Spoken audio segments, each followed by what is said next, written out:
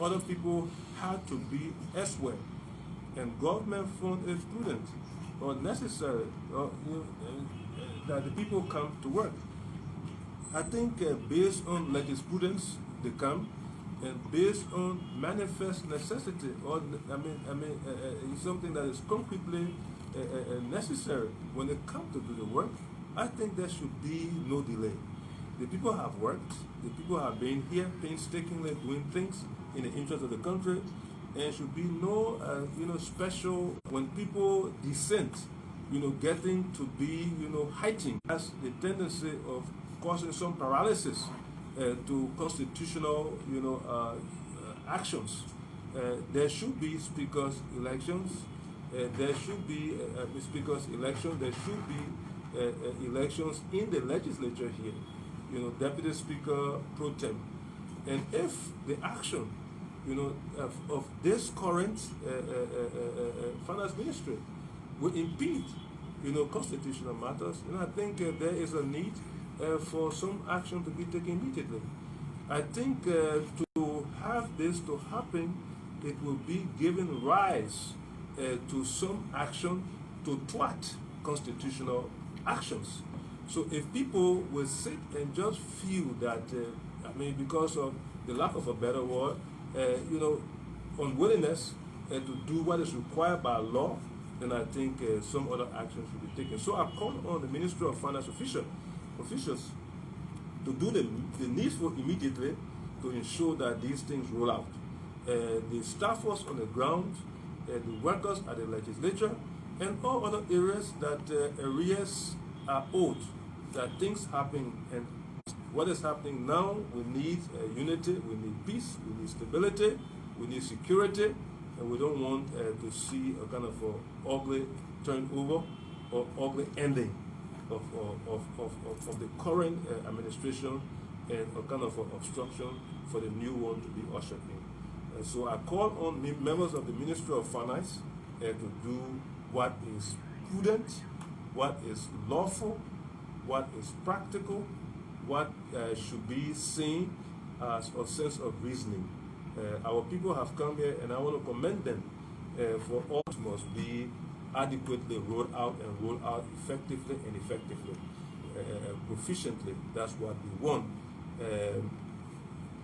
On that note, I hope things will be followed in line with what we are here for. Now, and another issue here is that allowing a Liberian legislator of visiting a Liberian office in America, this office, just to make inquiries, for him to be fired for being courteous to that Liberian legislator, I think in my mind is something that warrants attention by this government.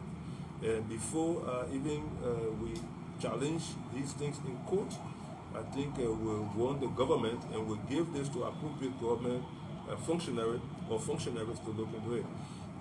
Mr. Joe happens to be a Liberian. He works with the Liberian Registry Ship Corporate office in Dulles, Virginia, and he has been working there. To our own dismay, he was dismissed. And what happened was that Mr. Joe, I personally, as the Liberian speaker, I had a kind of an encounter with LISCA office here, because we want to know how effective and productive LISCA is to the Liberian people and the Liberian economy. So we invited LISCA here.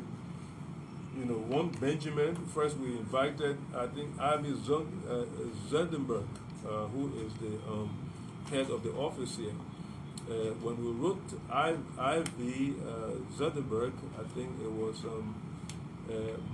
February of last year, and he was sick and he had to travel for medical emergency. He came and we had some discussion, and the discussion we had with him on March 1st of 2023 was encouraging, to the point where we felt that there would be some relief in terms of our budget and how the nation is properly governed economically, so that some of those issues that had to do with the welfare of the people be attended to.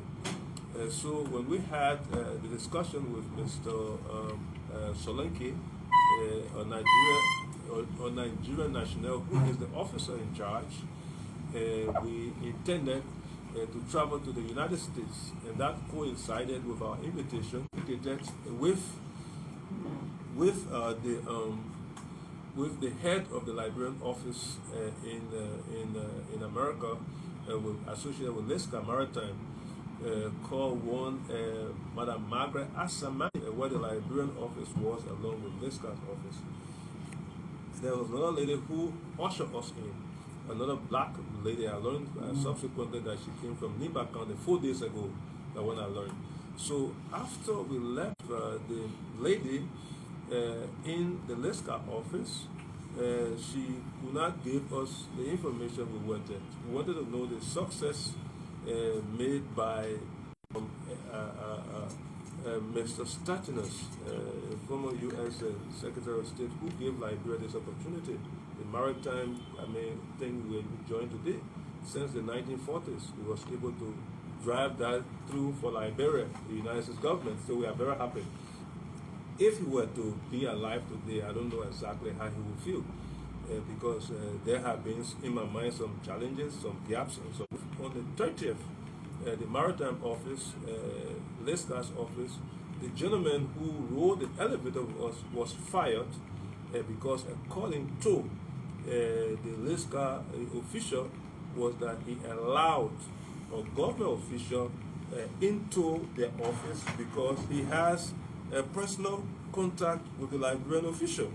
They also went on to say, the letter also went on to say that his action, I hope that the Liberian government will get involved, that this gentleman be reinstated, and damages psychologically that he has experienced be provided, because I think this is criminal, this is inhumane, and against social order, against the gentleman's right to employment and his personal right and his civil liberties. I think in my mind, we now rely on government to provide justice to this gentleman. His name is Samuel Joe. We heard later on last week that a lady that is from Nimba County, who also works there, because the lady ushering me deal with Liberia based on the fact that Liberia is a sovereign country, and sovereignty is unmitigated.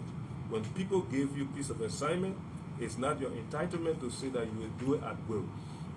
But what was in my mind a little bit disturbing, when I went to the LISCA office, the lady who I was talking with, asking her for information regarding the status of LISCA, its strengths, its weaknesses, challenges, and other gains made.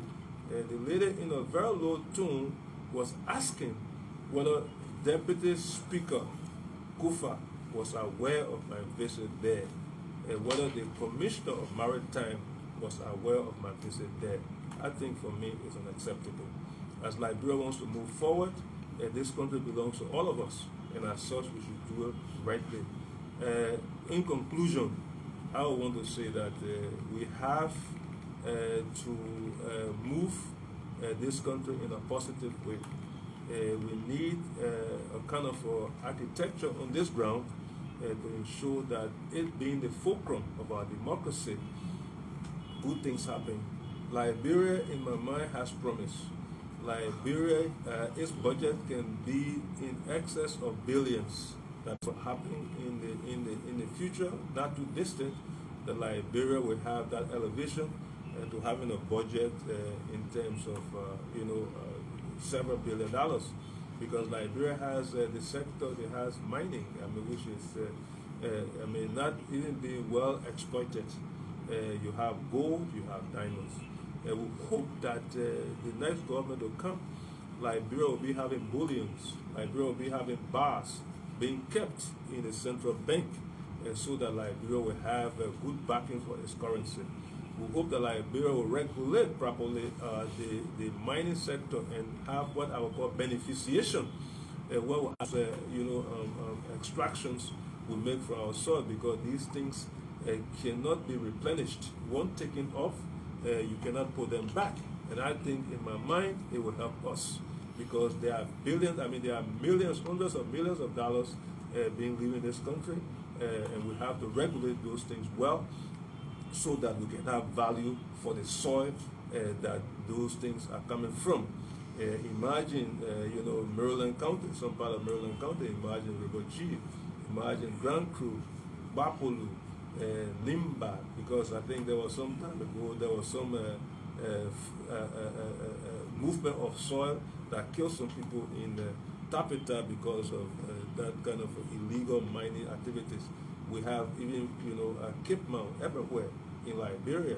You have these problems, and I think when Liberia should put itself into zones or regions and have companies that do profit sharing, will have more to gain. Imagine if you have the wood area where you have venture, you will not only get a good portion of what comes from the wood industry, you also have the expertise that when the foreign partners have left, you have Liberians being able to ably manage their affairs, and you will not even rush to see another group of foreign investors to come together. Even the issue of rubber production. Liberia at one point was the highest producer of rubber in the world. Today I think we are about 12, 14 in the world.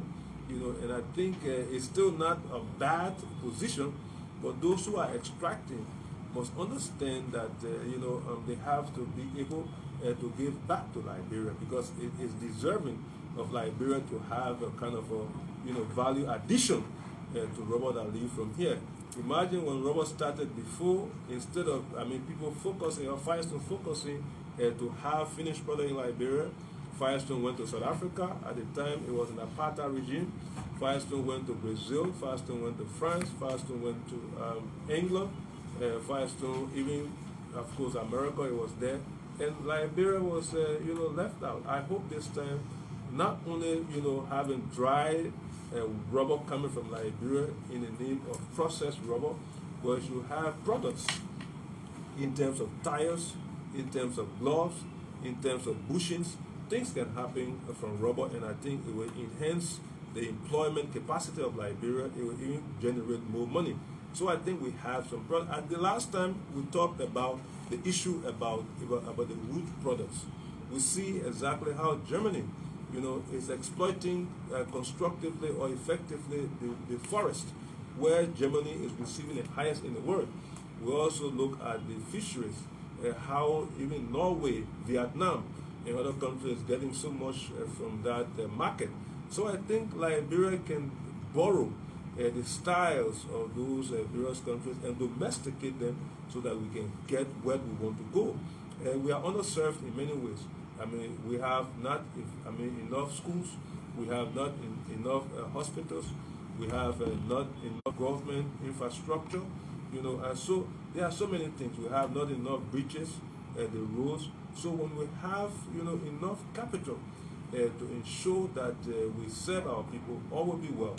So I think Africa being so profound to global prosperity, Liberia being so profound to global prosperity, we hope that we all can work in concert to ensure that constructive measures are taken, and whatever we intend to do for our people will be more efficacious.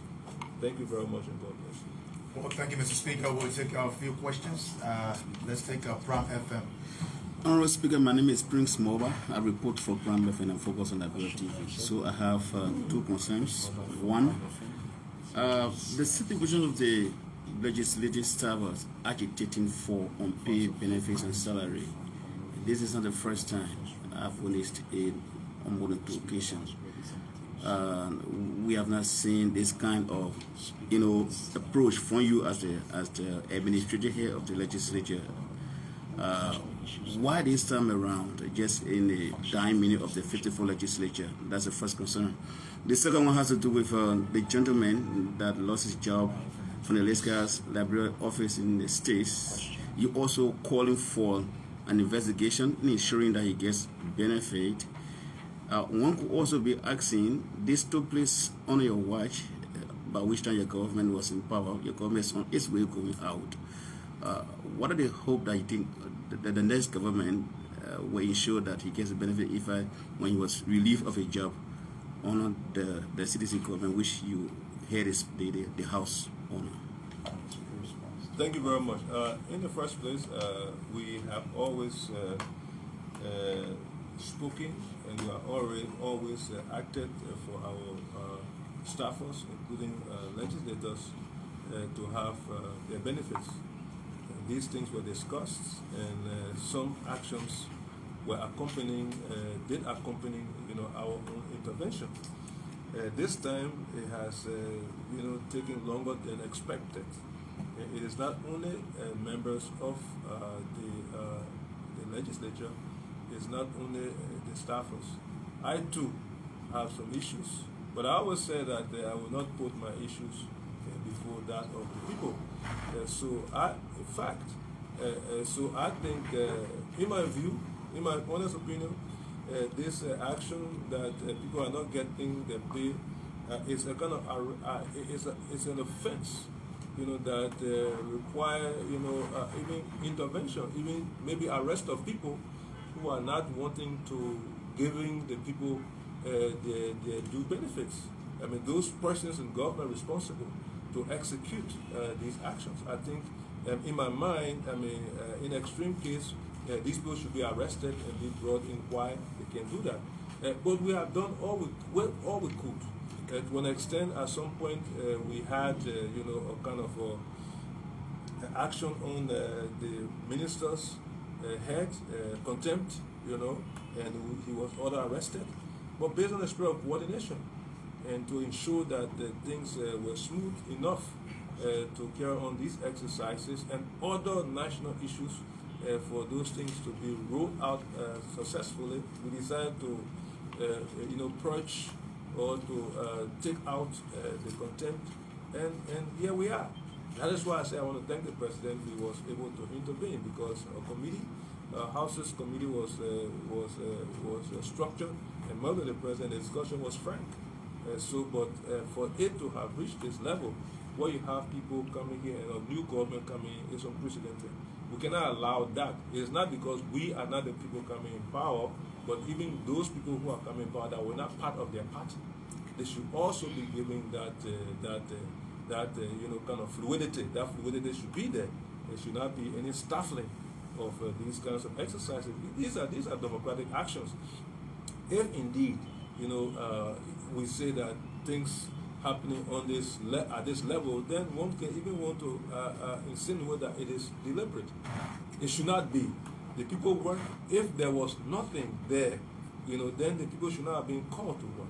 But I believe that all of those things have been looked at, and in the spirit of coordination, we still maintain that the various individuals be given their compensation, and those entrusted with that aspect of public service be able to carry on this work.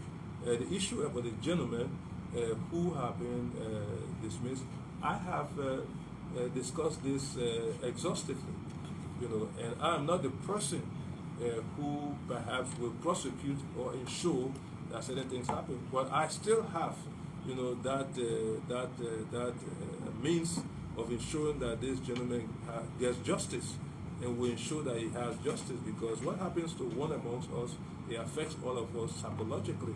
And not because he's not my brother or he's not in my house, but he's a Liberian citizen. So we must be able to protect our citizens wherever they are, especially when they are doing things in the best interest of our country. So, I mean, whether it's in Israel, it's in America, wherever it is. But once you have a Liberian whose rights are being, violated, is a necessity. It's obligatory that the government takes charge. And wherever it is, like America, is a place of justice, and I don't think the gentleman, will be a denial of justice. I think also in Liberia, justice will be served, because this gentleman here will be giving that clear, I would say assistance because he deserves it. I mean, he did not travel to America to have been treated like slave. Slavery has been abolished in America, it has been abolished in the world. And to see our own citizen working in a Liberian institution to be dismissed without any justifiable cause, I think in my mind is foolhardy. That is an extravagant foolery on the part of those that took that action. Let's take Bana FM. Yeah. Thank you, Winston Bladden. Few concerns. One, where is your speaker and how far is your case? Because as of Monday, will be the induction of the 55th legislature. Two, has the 54th legislature adjourned? If yes, then in my mind, the unusual way, I have covered the place for about 13 years, where I can recall at times you afford the opportunity to deliver speeches. If you have adjourned, what were some of the challenges, the successes of the 54 that you managed to maintain this place, keep it peaceful on your watch? Thank you. The issue about closure is the issue of satisfaction. For me, the interest of the people transcend any other interests. So the people entitlements is what we can close on. If they are giving the just benefit, for me, it truncates, all of those concerns that we may have. Yes, let's see that the people get an entitlement. It will be an effective and rational closure or adjournment of this house. For me, that's what matters. The other one has to do with my case.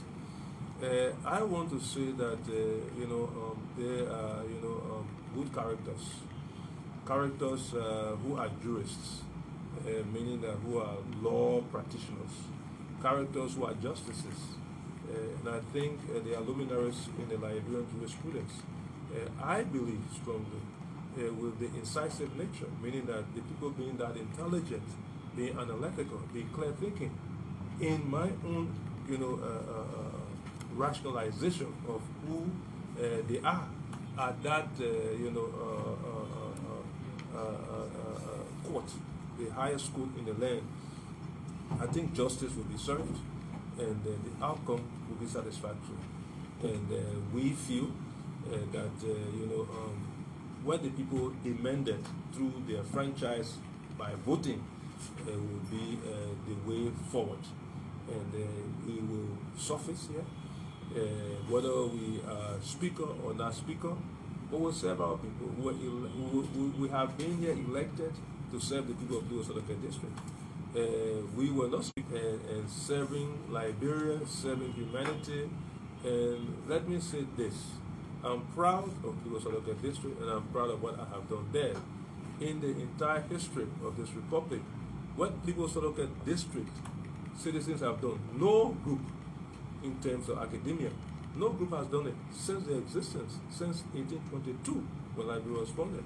I say this because there were 7 young children sent from Lagos to represent the Republic of Liberia in academic competition at Georgetown University in 2017. These children, amongst 197 countries, they came 12th in the world.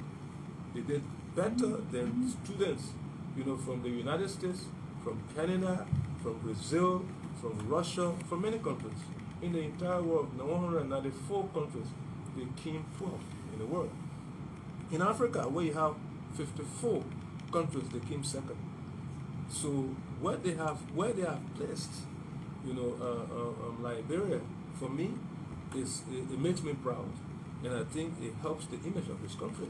So we are building this country, whether people like it or not. And I will say that sometimes if people cannot control who you are, they try to make people to think who they want you to be like. So for us, the people of the Bhofal district have been they have been very supportive to the forward march of this country in a positive way. And the number one danger is envy. What you see happening with people today is because people are envious, people are jealous of the people and serviceable to the state. So that's it. And on behalf of Liberia, That was Team Liberia. On behalf of Liberia, we were able to shoulder the responsibility to send 7 children to the United States because the governor at the time refused to do so. Even when the children came back to meet the government, it was difficult. The Minister of Education was even impossible to meet the Minister of Education after promises were made. The only person those young people met was the Deputy Minister, Dr. Horton. The only person they met. And thankfully, these children, some of them, are doing well in college. They are being sponsored, by us. And I am proud that they will serve their country. And these are the actions of patriotism that we think are necessary for this country to grow. And I hope that many more children can be groomed in that direction. And I think we should look at the best amongst us, regardless of where people come from. Opportunities must be provided for our young people. Everywhere they are, anywhere they are, they must be provided. Be it Monrovia, be it Harper, be it River Local District, be it San Quentin, be it Banga, wherever the people are, let them be given the opportunity. And I think in my mind, sometimes if you are not seeing Monrovia, then you do not form part of the national kit. After the children came and displayed such a kind of a prowess, such a kind of a masterful skills in a competition, the state sent a group of young people from Monrovia and they came 84. Out of 194 countries, they were the 84th group in terms of ranking. So you see exactly where it is. It doesn't matter where a person comes from. What matters is that the investment in the children and how we can make things better. We are proud of people and we feel that all that we are, all that we ought to be, owe to the people of Legislature. Just a follow-up to my question, Honorable Director, please. How much question are we talking about being obligated to the staff in the total sum? Is it 1 month, 2 months, or what? Well, basically, we are running on a basis of parity. It's a legislature, and the discussion was that whatever the entitlement is must be provided. Again, whatever happens on this side should be the identical thing that will happen on the Senate side, and whatever happens on the Senate side should be what happens on our side. We don't believe in preferential judgment. Preferential action. We want impartiality. We want fair and just treatment. That's what we want for our people. We'll take our final question from OKFN, then we'll close up. My name is Andrew Johnson, and I report for OKFM. Thank you, Honorable Speaker. You sound meticulous today with the staffers of the House of Representatives and so forth, and on other national issues. A few days ago, we saw you with the